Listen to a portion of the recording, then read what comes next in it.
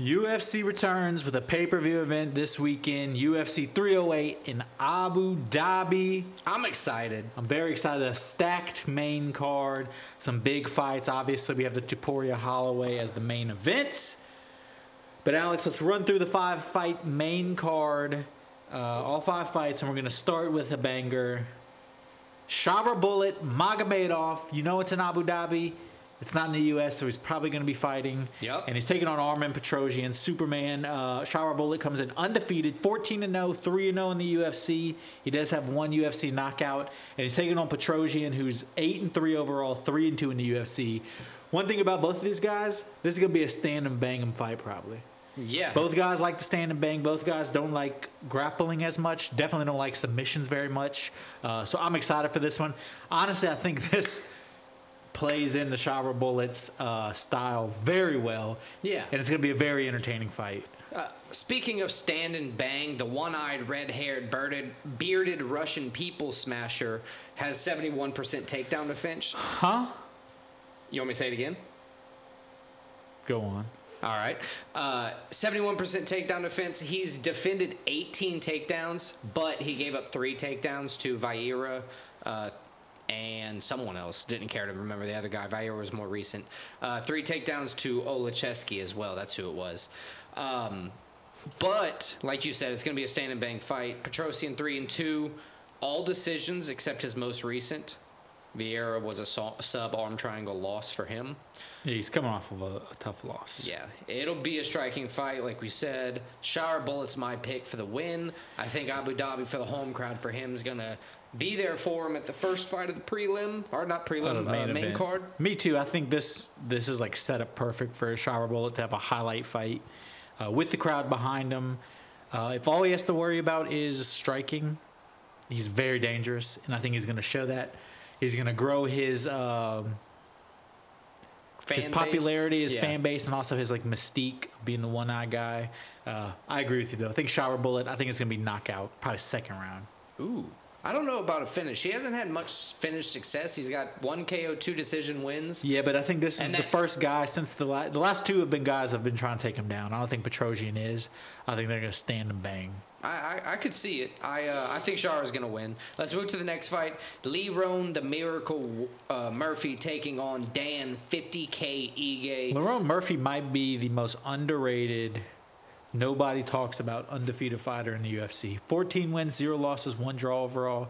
6 wins, 1 draw in the UFC. Yep. I mean, he's a guy, he doesn't lose. He's had some tough performances where he hasn't fought his best, but he hasn't lost yet.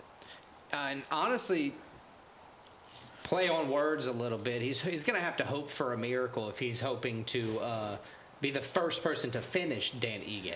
Yeah, I'm not saying he's going to finish Dan Ige. 50K Ige, he proved his last fight that they took him 4 hours notice. He's a tough son of a bitch. He's always down to stand and bang. He's always down for a fight. Yep. I think it's going to be a good fight. I think this is kind of a reward for Dan Ige because of his last, as we said, the last 4-hour notice Diego fight. Lopez. With Diego Lopez. Right. You put him on a main event. You give him a guy who's undefeated, who if you beat Dan Ige's it's a prestigious win for him. Right. I like this fight a lot for both guys. I think it's going to be a very entertaining fight. Dan Ige is only 10-7 in the UFC, though, and he's kind of been up and down. So, but being 10-7, those 7 of his 8 career losses have been to top competition in the UFC. So I get he's 10-7, but he's not immediately, but he's been at the top end of the division. I think it's a lot like Rob Font, and then the question for Leon Murphy is the same one we had for Kyler Phillips last fight is, are you one of the elite guys that can beat him, or are you not? Now, Ige has 9 underdog fights in a row to go the distance. 9 fights when he's the underdog to go the distance. It's a crazy stat. I'm going to pick Lerone Murphy by decision on this fight. I think it's going to be a great fight, very entertaining fight. It's going to be one for the crowds, one for the ages, but Lerone Murphy's going to win by decision. I agree with you. I got Lerone Murphy, I'm sorry. But I agree with you also in that Dan Ige doesn't get finished. I don't think this is the fight he gets finished, but I got Murphy with a decision win. All right, so let's talk about potential finishers next since we're on the subject. Potential finishers and potential... versus Alexander Raychik. You were about to say potential title implications. Title eliminator right here. Because at this point, if Magomed Ankalaev wins, there's no more shutting him out of the title. Well, he said in the press conference actually today that the UFC has pretty much guaranteed him a win. He gets title shot. I feel like we've heard that before. Yeah, I think the UFC just has that carrot in front of him. Ankalaev is on a 10-fight unbeaten streak since losing his UFC debut. He has a draw to Jan Blachowicz, but that was the biggest fight of his career up to this point, I'd argue. 10 wins, 1 loss, 1 draw, 1 no contest in the UFC. Right. 6 of those knockouts. I mean, he's a guy... And he avenged that no contest. Nobody talks about him as a after. knockout guy, but he's a guy. He knocks out over half the wins he has in the UFC. Well, in his career, he's only got finishes by knockout. So, yeah, he has one submission win. One submission. One submission loss, I thought. Both. Okay. Honestly, if you're looking from Raychik's side, Raychik did strike well against Prohaska. Yeah, I mean, almost any other guy he's fighting, Raychik would have knocked him out. Yeah, but Prohaska had that chin, just kind of fought through it and then caught him. Which shows you how good Pereira is, too, that he was just able to knock just level him twice. immediately. So the thing for me is if Raychik kind of lives by his nickname and gets that rocket, that's his only shot. He has to hit Ankalaev with a perfect shot to win. And unfortunately, I just think Magomed Ankalaev is too well-rounded for that to happen. I think he's too patient, and that's why he's 19-1-1 in his career. He's not losing often, ever really, and that's it. I think Magomed Ankalaev wins. I think Raychik has a real legitimate chance to catch him, but I also agree with you that I think chances are Ankalaev is the better fighter. He's going to get the win. I think he possibly gets the knockout in this. I think he's more well-rounded, as you said. Yeah. I think Raychik is the watch. I'm not going to be surprised if he gets a big knockout with a big hit, but I got Ankalaev. Let's go to the next fight. Middleweight division. Robert the Reaper Whittaker taking on Khamzat Chimaev, however you want to say it. Please don't fight me or kill me. Chimaev 13-0, 7-0 in the UFC with 5 finishes. Whittaker, former middleweight champ, 26 wins, 7 losses, 17 UFC wins, 5 losses. Well, you really are blind without your glasses, aren't you? Well, I can't see anything out of these holes either. That's funny. Alex, this is one of the hardest ones. This is the last 2 fights we're going to talk about. It's what my heart says versus what my brain says. I really want Robert Whittaker to come in and perform well. He's definitely capable of it. He's the more experienced fighter. He's been at these high levels way more often than Chimaev. Yep. But Chimaev, despite the fact that he has been very inactive the past couple of years, which remember when he first got on the UFC scene, he fought like 3 times in like 45 days. Right. And now he's fought like 3 times in like 3 years. And it's all not due to him wanting to not fight. Like, he's had to pull out for whatever reason. Illness is latest time. I still think he's that guy nobody wants to fuck with. I still think he's a scary guy. I think Whittaker by far has the better striking. Okay, yes. Than Chimaev. Chimaev is kind of loosey-goosey on he has the power, but like he's not as technical as Whittaker. But Chimaev is also waiting. He's striking with you so he can take you down. Yeah, Chimaev has a crazy takedown. Chimaev said, if I can take Kamaru Usman down, I can take the karate guy down, referring to Robert Whittaker. Yeah. Which I kind of agree with him on. I really hope Robert proves me wrong. Over his career, I agree that Chimaev will probably be able to take him down, but over Robert Whittaker's career, he's proven that he's a wrestler too, as though people forget. He has proven that he has good takedown defense. Whittaker took the fight against Ikram Aliskerov on short notice, which knocked him out. That was his first knockout in a while. And since 2017. Now, Chimaev, questionable cardio. We've seen him be gassed, and this is a 5-round fight. If we get deeper into the fight, I feel like that's going to be a major issue for Chimaev with that wrestling because it takes so much energy out of you. So here's the thing. Losing to DDP sparked a fire in Whittaker. He's been a different fighter since, and I think, and I'm going to pick with the heart, so fuck the head. I got Robert Whittaker to win because he's going to outlast Chimaev. We showed weakness with Usman.